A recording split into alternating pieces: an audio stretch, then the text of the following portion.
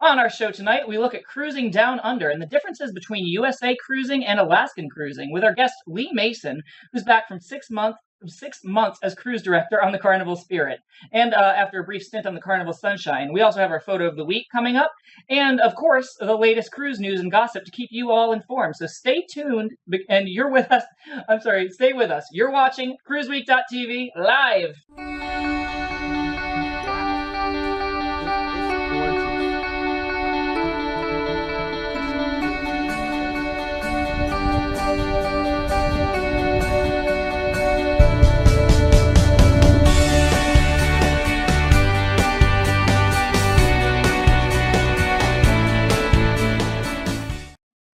Our show this week is brought to you by the folks at Good Memories Travel and by vMix.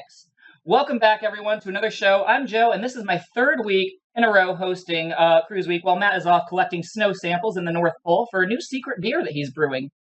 Yeah. Anyway, this week we have our long-awaited guest back home from 6 months on the Carnival Spirit and Legend sailing around Australia. That's Lee Mason. With the poor internet on board the ship and the time differences, we've had to wait for him to get back somewhere a little better. And he finally got a break and headed home where we get to catch up with him and catch up all about cruising in Australia and the differences. Now, if you have your questions ready for Lee, you can post them right now in the comments on Facebook and in the chat area on Periscope, Twitch, and YouTube. We'll be able to pick them up a little later and get to Lee a little later in the show. But before we get to Lee, let's first check out our photo of the week.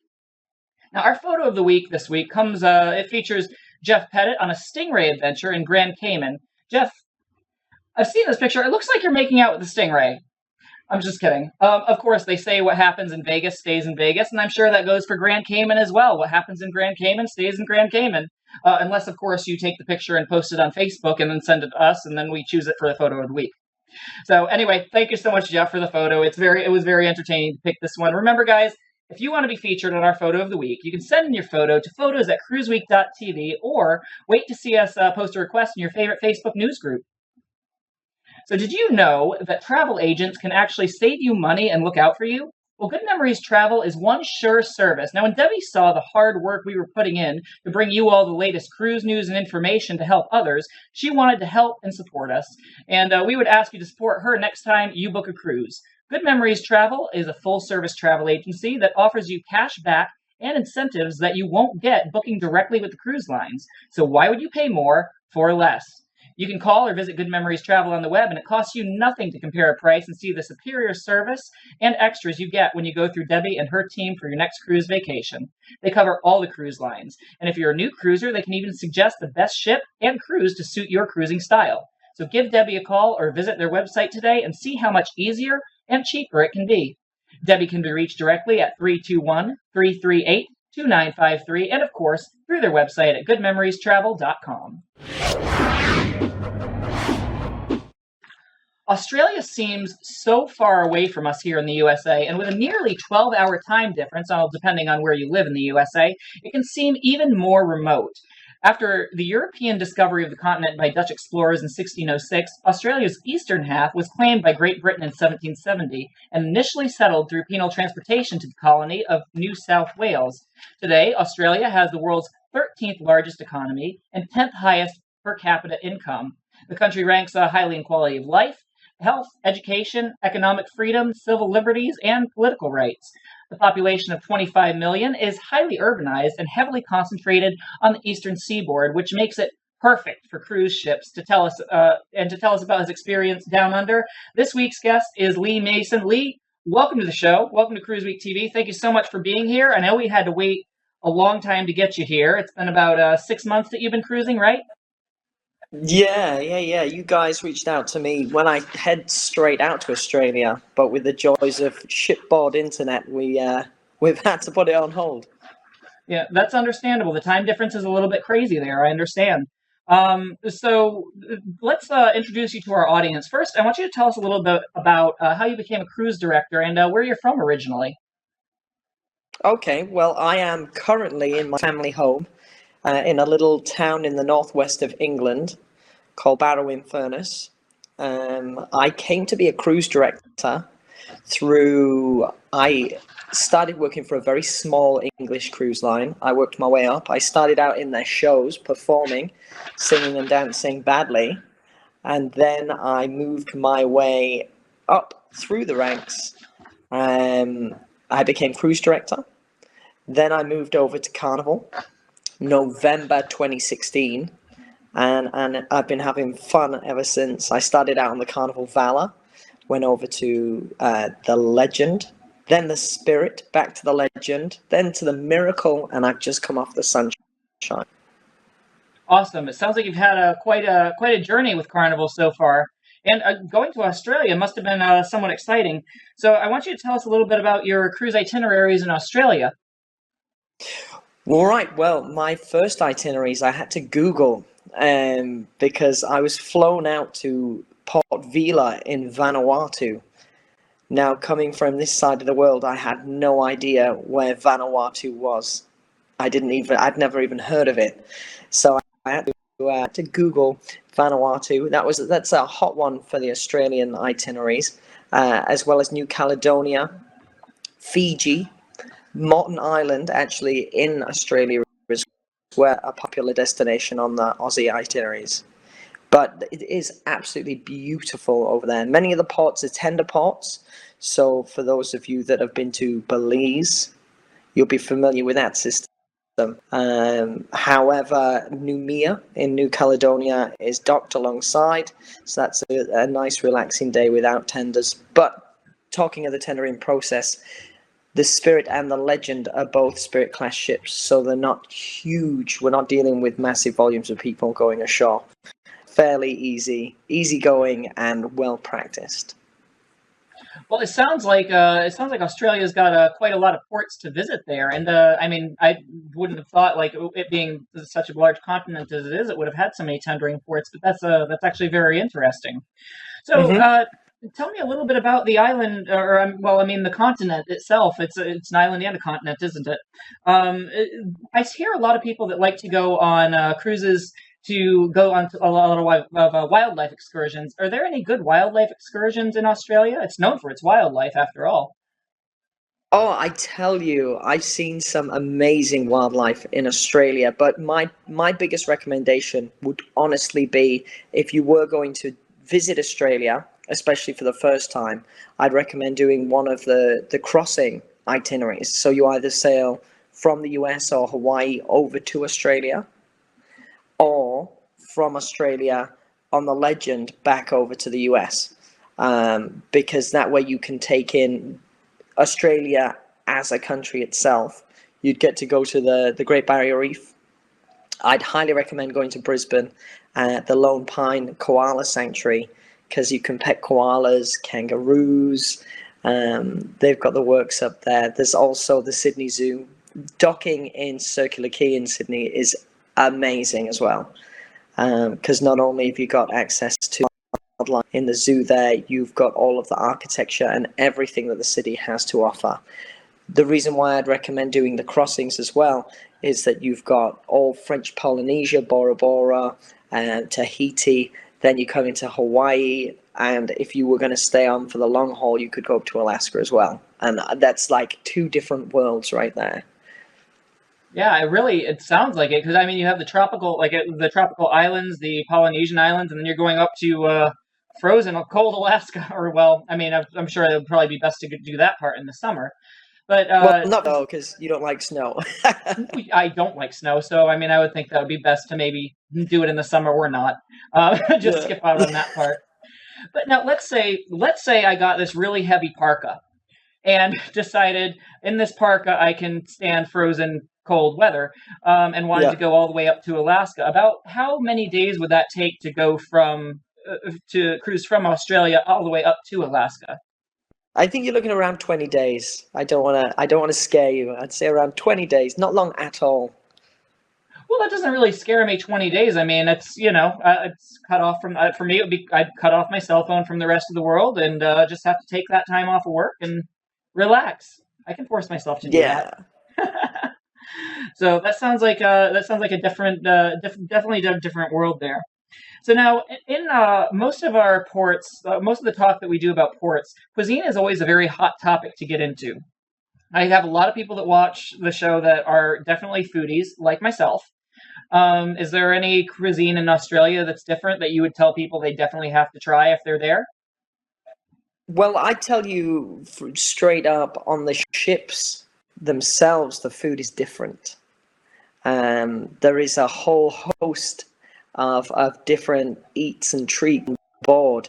The eateries that we're used to on the US Carnival ships, they change. They do a thing on board called snags and pies, which is basically sausages, and then the British like meat pies.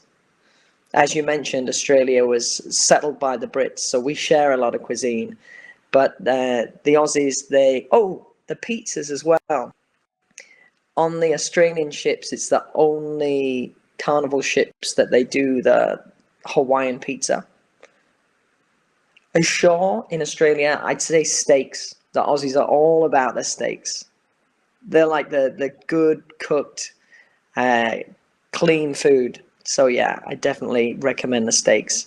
As for the islands, if I'm honest with you, I didn't eat too much when I was out and about. I know there's going to be some foodies absolutely appalled at me, but I didn't eat too much out in the islands. Well, that's okay. I mean, I understand. Like, don't worry, I'll hold the foodies back. I'll make sure they don't yell at you too much for that one. But now you did mention that they serve Hawaiian pizzas on board. So could you settle this age-long debate for us that I keep seeing going around Facebook? Does pineapple go on pizza? Absolutely, pineapple belongs on a pizza. I actually settled this on the Carnival Sunshine not too long ago in a question and answer session, where one of our wonderful guests actually presented me with a pizza that he had especially made, and I confirmed it and consumed said ham and pineapple pizza live. See, I knew it. Pineapple does go on pizza. So now, being in Australia, I know when people travel to different parts of the world, there's sometimes things that people do culturally different. Did you experience any culture shock when you were in Australia? Yeah, the Australian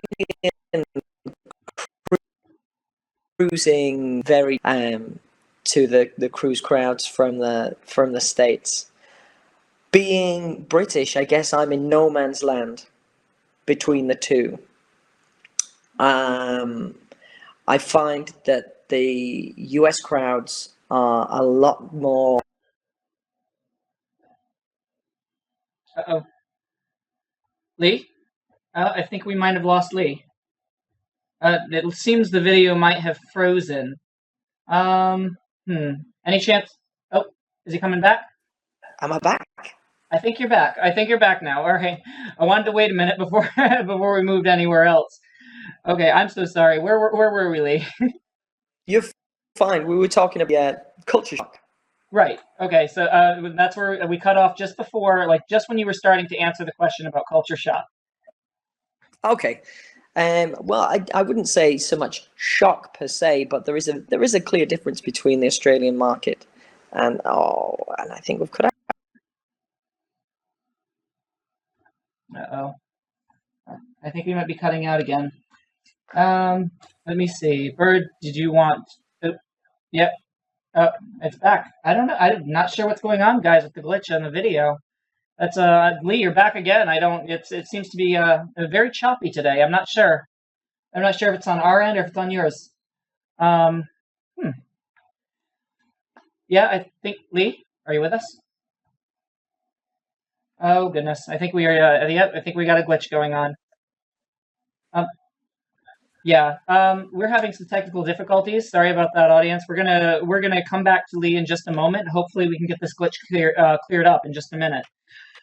So we're gonna move on really quick to the cruise news, and when cruisers heading to Princess Cay can now look forward to freshly renovated beach bungalows and bars, new shore excursions, Medallion Net Wi-Fi, and a new marina, and much, much more. The private island in the Bahamas, operated by Princess Cruises and shared with Carnival Cruise Line, has completed renovations and will be unveiled when Caribbean Princess visits on Saturday, February 17th, during a 10-night Panama Canal, Costa Rica, and Caribbean cruise. Among the new shore excursions now available will be clear bottom kayaking through the island's lagoon, an island bicycle tour, and a Stingray beach experience where cruisers can touch, feed, and hold live stingrays. You can touch dead stingrays for a 20% discount, I hear. For those who wish to spend a day relaxing in the sun, the beach features retrofitted bungalows which can be rented for a fee. Those on the island will also have access to Medallion Net Wi-Fi, so you can make your friends on Facebook even more jealous when you post live videos and photos from the island. The marina has been expanded to include a new channel and turning basin depth into accommodate larger tenders for a smoother embarkation and disembarkation process. It now features a shaded security area, which that should keep you out of the sun when you have to go through that cavity search. Anyway, other updates include touched-up bar areas, shops, replenished landscaping, a new information booth, and a shaded lounge area with a guest services station for towel and water distribution at the Welcome Center. So far, I haven't been to Princess Cay, but the thought of any tropical island with Wi-Fi access really sounds kind of like heaven. Did they mention alcohol? Anyway, moving on. Carnival Cruise Line's third Vista-class ship, the Carnival Panorama, will now be based out of Long Beach, California when it launches in 2019. It'll go straight to its home port from the shipyard without doing a European season of cruises. As part of our commitment and belief in this market, we'll be bringing our third Vista-class ship, the Carnival Panorama, to be based here in 2019, said Christine Duffy, Carnival Cruise Line president. It's the first time that Carnival will position a brand new ship straight from the yard here in Long Beach. This is the first thing that we got, that the West Coast has got before the rest of the country has gotten since, I'd say since Arnold became governor. Wow! Anyway, the 3,960 passenger Carnival Panorama will operate 7-night Mexican Riviera cruises from Long Beach. It'll offer most of the same dining, bar, entertainment, and activity options as Carnival Vista and Carnival Horizon, including the Skyride, Waterworks, Aqua Park, and venues with both indoor and outdoor spaces like Fahrenheit 555 Steakhouse, Bonsai Sushi, and the Library Bar. Also featured will be the exclusive Havana section with its own Cuban-themed bar and pool, as well as the keycard protected Family Harbor featuring family-friendly staterooms and the Family Harbor Lounge. The ship is currently under construction at Fincantieri's Marghera shipyard. All right, I think we're going back to Lee now, and I hope we got that glitch settled. Lee, are you back with us? I hope so. I hope so too. It looks like we had a change in background as well. So, Lee, welcome back to the show. Okay, so when we left, we were on a question about culture shock. You were answering that, and you were trying your best, and it kept cutting out. So if we can continue, maybe we can pick up from there. Did you have any culture shock when you were in Australia? Well, I was trying to say that there is a difference between the two markets, the two cruise demographics, and feeling that out as a cruise director is exciting, thrilling, I guess, because each crowd responds differently. Over in the US, when we have a deck party or an event, I find people to be very enthusiastic, very up for fun, and sort of hungry for it, like gimme, gimme, gimme, gimme, gimme. I think people are entertained on two different levels. People either want to take part or want to watch.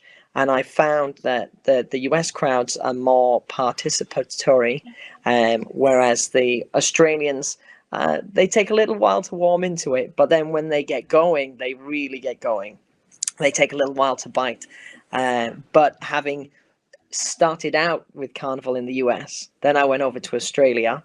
I had a great 6 months in Australia. But then when I came back to the US, those deck parties are the moments, the big moments, where you see the difference in the crowd and the energy.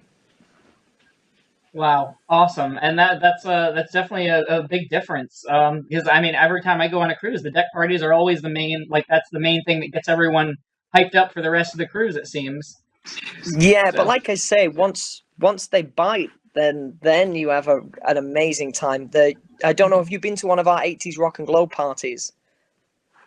Oh, an 80s rock and glow party. I don't think I have been to one of those yet. No, I've been on I've been on the Ecstasy twice, the Carnival Ecstasy. I've been on that ship. Okay. Well, the Carnival Spirit, when we had the 80s rock and glow party, that was something else. That in Australia, I felt like Justin Bieber. Oh Yeah, my goodness. you're welcome. Yeah. Uh, no, not really one of my favorite artists, but it's. I get what you're saying though. I mean, no Um, one threw a water bottle at me, but there were crowds. well, you didn't get arrested for like speeding in a Lamborghini either, did you? No, I've never been in a Lamborghini, unfortunately. Well, we have some questions coming in right now, Lee, on Facebook. We have a first one coming in from Richard Ashley. I think he might have missed it earlier, but he wants to know how long you've been a cruise director. Oh wow, yeah. I guess Richard's looking at me being like, "Who is this strange person who for Carnival?" I've been a cruise director. I started out, as I say, with a different company, but I've been cruise directing with Carnival since November 2016. So what's that? About a year and 4 months? November. Yeah, that's about right. And what did you do before that? Before I worked for a small British cruise line that no one has ever heard of. Are they still in operation? They are still in operation. But they don't sail out of the US. I don't think they'd pass the USPH. Okay. Well, that's interesting. All right, well, I mean, I'm traveling to Europe sometime like this year, and probably like sometime in the future as well. It'd be interesting to see what they've got out there as far as cruising goes.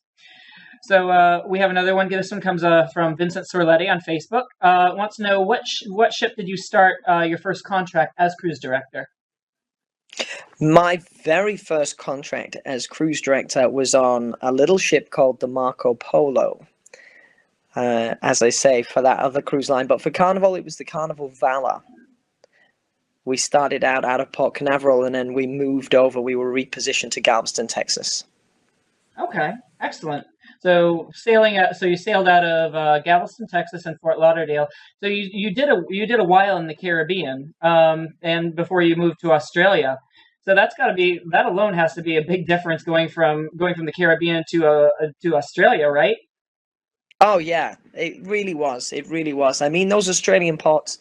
We've got Mystery Island, which is, I suppose, is the equivalent to those private island ports in the Caribbean. Where I mean, Mystery Island is like a sandbar with just a few little huts, a couple of excursion teams out there with glass bottom kayaks.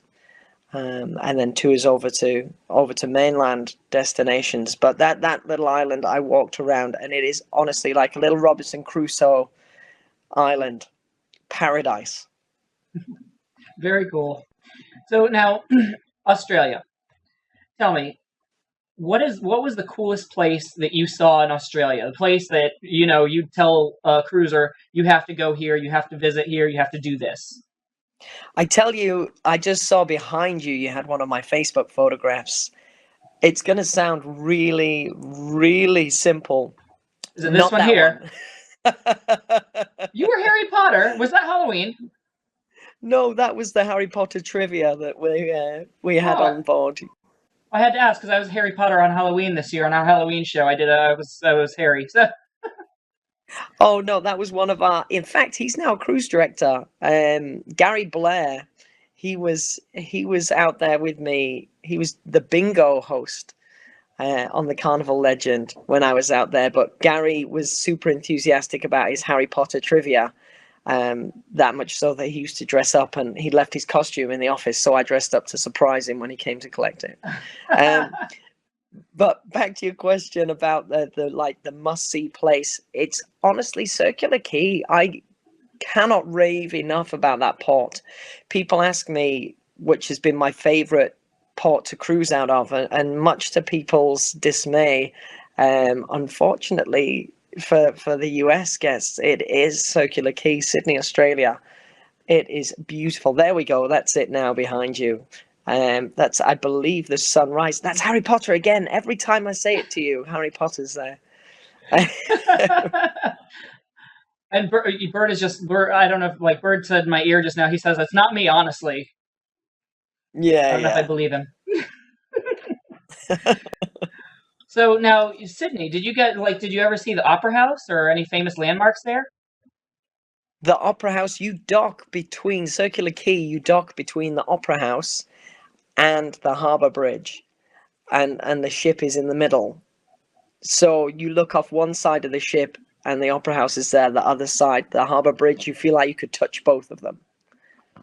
That's all. I never heard of it called Circular Quay. I guess that's why I had to ask. Is that you mentioned Sydney? So now, does the Opera House being a big landmark, do they offer any like tours for guests there? Yeah, yeah, and Carnival, it's one of the few ports that they offer excursions when we get back into port as well. So when you come back after your cruise, you can do like a sightseeing whirlwind tour of the city where they'll take you to see the Harbour Bridge, the Opera House, and Bondi Beach, which is, fantastic. They'll load your luggage into a coach. You can go do your sightseeing and still drop you off at the airport in time for your flight. Marvelous. That's good. That's very good information. That's on my bucket list. I do want to see the Opera House in Sydney. So now we got some other questions coming in from Facebook. One coming in for this first one's going to be from Richard Atchley. Wants to know, how did you become a cruise director and what was the process for that? Oh, wow. Great question, Richard. Well, I started out, as I said, in the shows. I was actually singing and dancing in the shows terribly. And I found that my skills were more social. So with this other line, I started to move into hosting events, daytime events, trivias, quizzes, games. And then I took it upon myself to befriend my cruise director and assistant cruise director and to learn from them. And I kind of sidestepped that way with that company. Then I reached out to Carnival through a friend, in fact. A very, very good friend of mine was a singer for Carnival, and he recommended that I applied. So you can go online, carnivalentertainment.com. All of the entertainment positions and job descriptions are there. You can apply through the website. It took me about 12 months beginning to end for my application to Carnival. I had to make videos of me hosting and interacting with guests. Then I did an online video interview. And finally, I was flown out to Miami, where I met with many of the senior management and the shoreside operations team. And I had about 4 or 5 interviews, one after the other, at the Miami head office before finally securing a job. And I was so hungry for it. It was untrue. I think Bird just asked a question in my ear. He wants to know how many times did you have to fly out to Miami from England? Oh, just the once, thankfully. But Carnival flew me to Miami. They put me up in a hotel, which was wonderful. And then I went through my day of interviews, and then they flew me home, which was nice of them because it's a long walk. Yeah. That is a very long walk, and there's as I understand it, there's no bridge, so you really have to take a really long snorkel to go that route. So, absolutely. Yes. So another question that came in on Facebook. This one from Melissa Colby. She asks, Lee, why are there hardly ever any Americans working on Carnival ships? Dr. E is from Atlanta, which is the first American I've seen on my 15 cruises with Carnival. Oh, that is a question that comes up a lot. However, it's a misconception because we do have a lot of US cruise directors in particular, but our host teams, our fun squad, our casts, Playlist Productions cast, are littered with United States citizens. I mean, who have we got? We've got Jamie D, Stephen Schwartz. We used to have Josh Wiseman, Jess from the US. Off the top of my head, again, Dr. E. There's a whole host of US cruise directors out there. Maybe she's just missed them. This is possible. I mean, I do a really bad accent, so I'd just disappoint you if I tried. Well, I kind of want to hear you try now. I know. I just thought I'd tease you with that. If you do an American accent, I'll do a British accent. Well, that's the problem. That's the problem there. I didn't say I could. Oh, you mean okay? I think I get what you're saying now. Okay, I understand. Yeah. Well, that does answer that question. Heather Kubaki Mason on Facebook. She wants to know what's the difference between a cruise director and an entertainment director, because you sure were entertaining on the on their cruise on the Sunshine. Oh, Heather, like, first of all, I need to let you know that Heather is not my mum. Although we do share a name. The difference between the cruise director and the entertainment director, Carnival introduced the entertainment director position over the last few years, but the entertainment director is more the administrative head of the entire entertainment department. So they do a lot of the shoreside communication and liaison with Miami head office. They're responsible for implementing procedures and overseeing the entertainment operation, not only for the daytime entertainment, the musicians, the cast, the technical crew, but they look after everything. Once upon a time, that was the responsibility of the cruise director as well as being the face and voice and primary host, I guess, for your vacation. With the introduction of the entertainment director, it's taken a lot of the back office responsibility out of the hands of the cruise director, which allows us to have more fun and to be more entertaining, hopefully. So now I'm glad we brought up entertainment into the conversation, because that was going to be one of my next questions. Was going to be I wanted to know about the entertainment on the ships. I know like we have certain shows on cruises out of the U.S. Does it vary from the U.S. cruises to the Australian cruises? Like the types of shows that you see?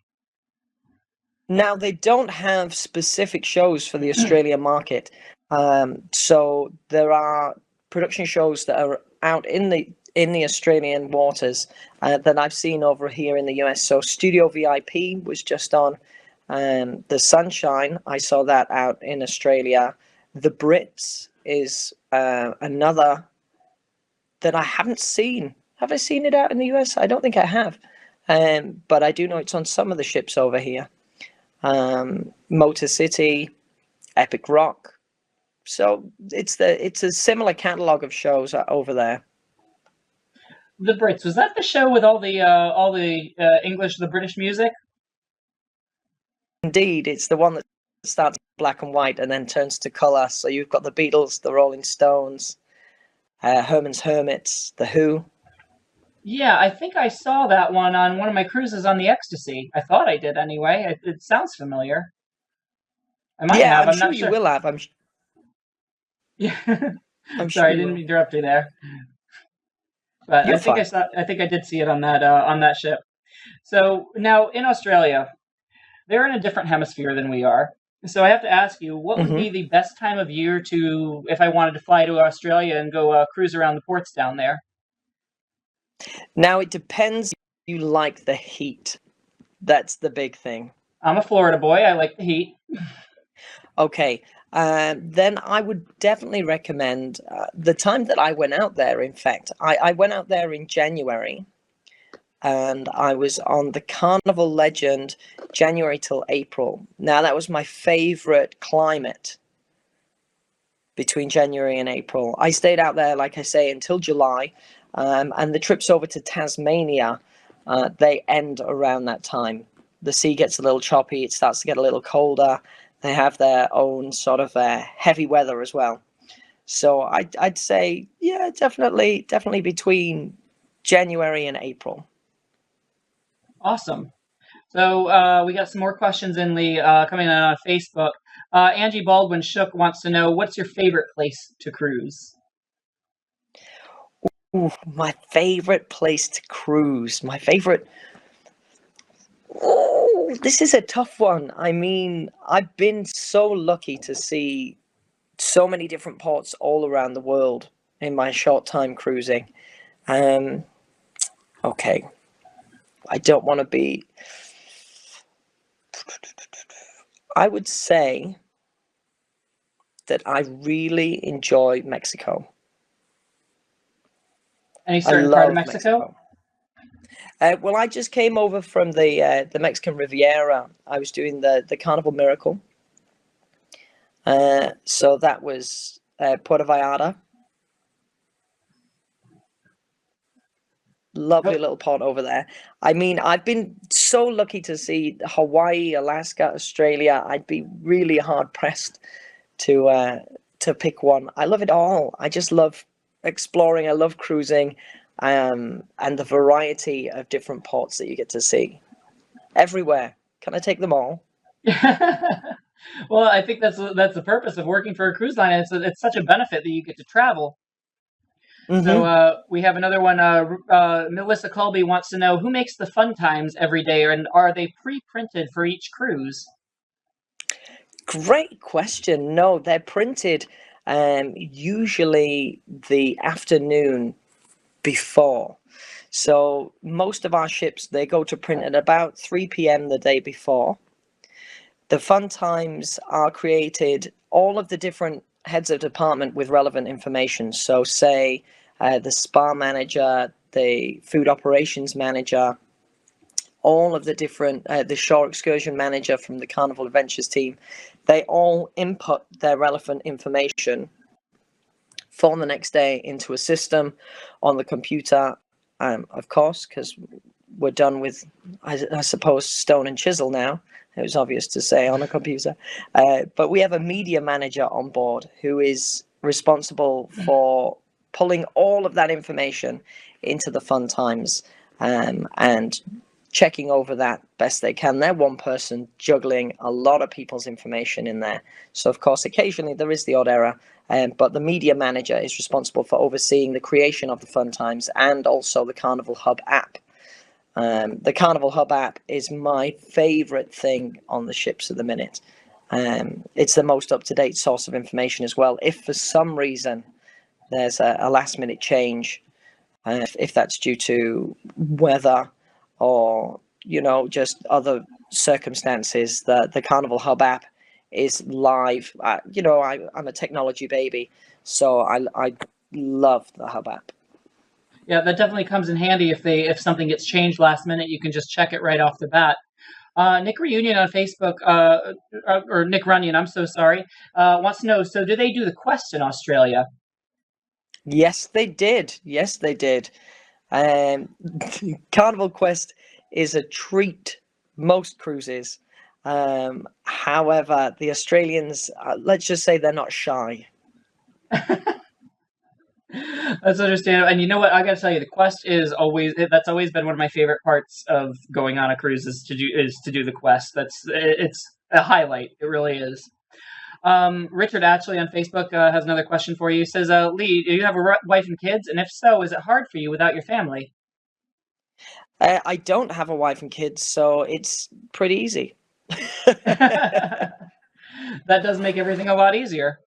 And another question that came in on Facebook from Melissa Colby again wants to know: are the staff allowed to get off the ship at different ports?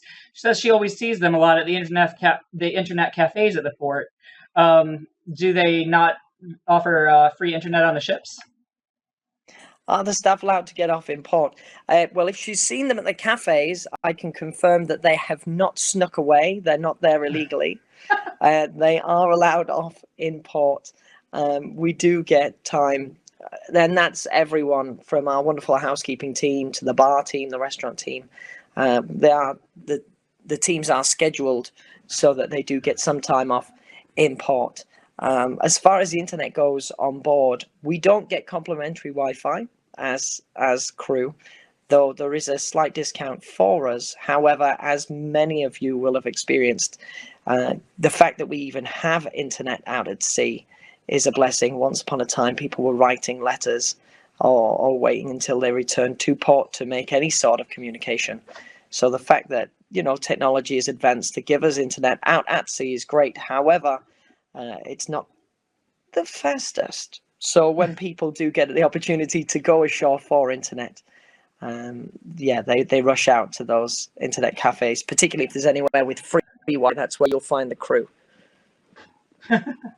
Definitely. I can confirm that too. That I'll normally look for a place that has free Wi-Fi when I leave the ships too. I like to go and kind of catch up on everything on Facebook, and just a little bit, just enough to look at it, but not quite enough for everyone to know that I'm online. It's just to kind of look and see what's what's there. So it's getting a little bit close to time for us to wrap up. It's getting pretty close. But before we go, I do have maybe one or two more questions that I can ask. And if anyone has any more questions on Facebook, be sure to send them in. We might be able to take them before we have to wrap it up. Lee, so how long is it that you're on vacation, and when is it that you go back onto the ships? And when you go back, tell me, where is it that you're going next? Well, right now I am like a floater for Carnival. So I fill in. A lot of the ships have got, well, I say a lot, all of the ships, they have a permanently assigned core team. So a cruise director and an entertainment director that return to that same ship when they take their vacation. However, I'm like a Carnival's gypsy, I guess. I bounce from ship to ship and I fill in the gaps when those guys and girls take their vacation. Myself, I prefer shorter vacations. So I've taken 3 weeks off. I return back to work on the 25th of February. So that's in what, about 9 days, 8 to 9 days now. Looks like it looks like the 25th of February. Yep, Yeah, about 8 days. about a week. Yeah, it looks like about 8 days. And when I go back to work, I join the Carnival Breeze as of February the 25th. I'll be taking over from Stephen Schwartz on there. I go through until April 22nd. I move over to the Carnival Dream, where I take over from the Flying Scotsman, Chris Williams. I'm there until August, and then August through November, I'm working the Carnival Vista. So Jamie D hands over to me. She's got a short stint on the Vista. She hands over the Vista to me, and then I'll be covering until Matt Mitchum returns in November. Awesome. And while you were describing how it is that you're kind of a floater, Charisse Colley sent in a question on Facebook. She wants to know, is that really easy to do, jumping from ship to ship all the time? Well, I absolutely love it, if I'm honest with you.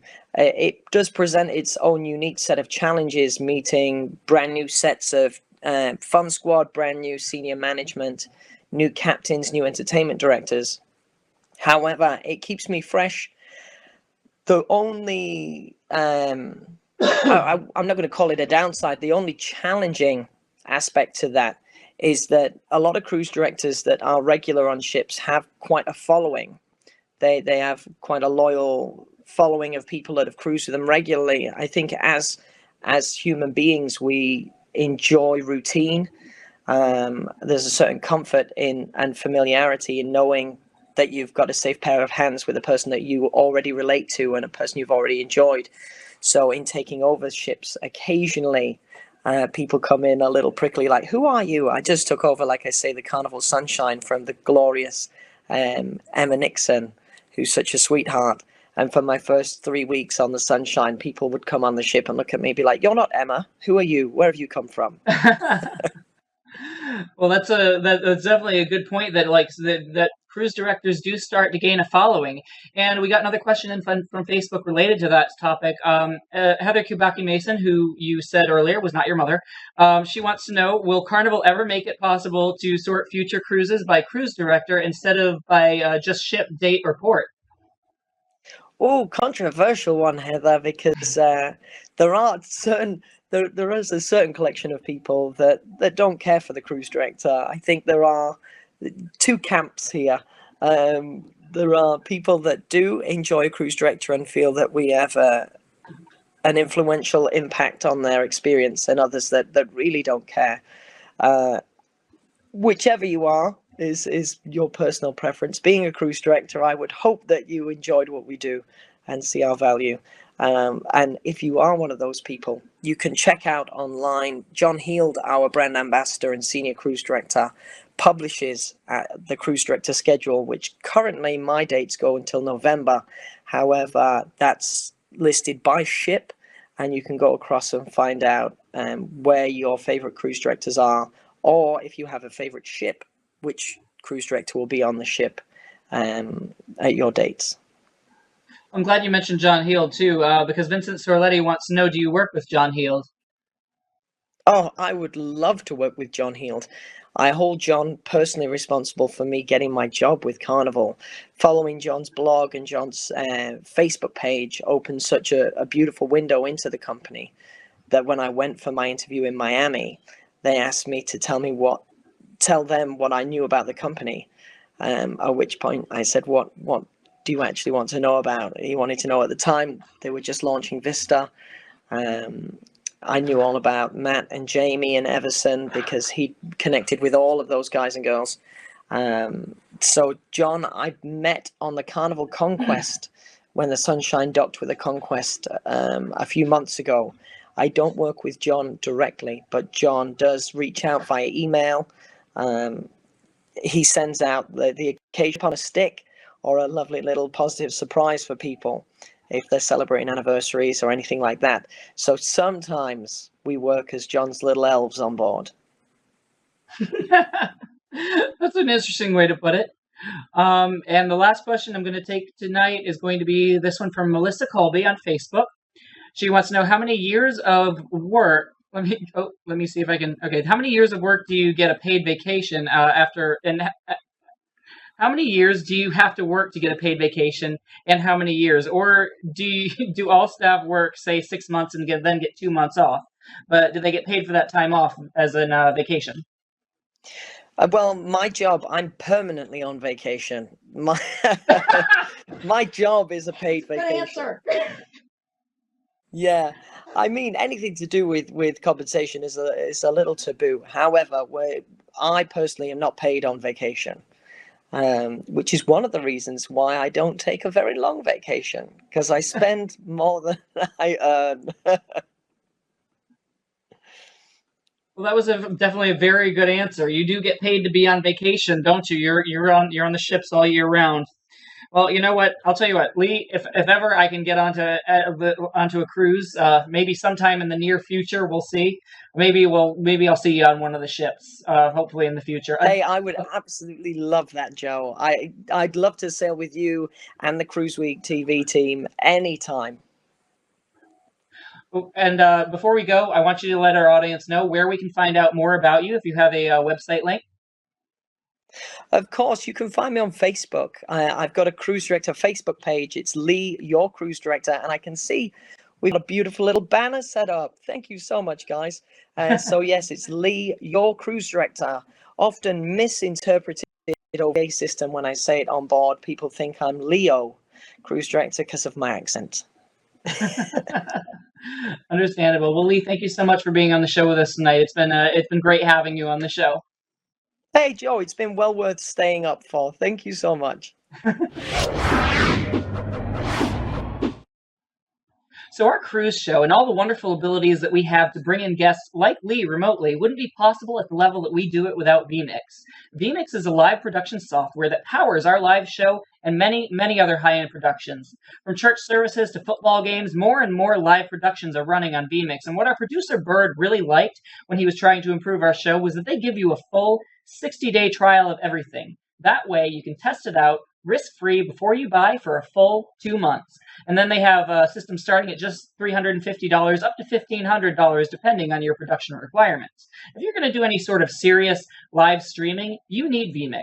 So try it at vmix.com today. Now on to our history segment. The ship that eventually became known as the Norwegian Sky was originally ordered in December 1993 by Costa Cruises from the Bremer Vulkan shipyard in Bremen, Germany, as a second in a pair of sister ships. The first ship, the Costa Victoria, was delivered on July 10, 1996.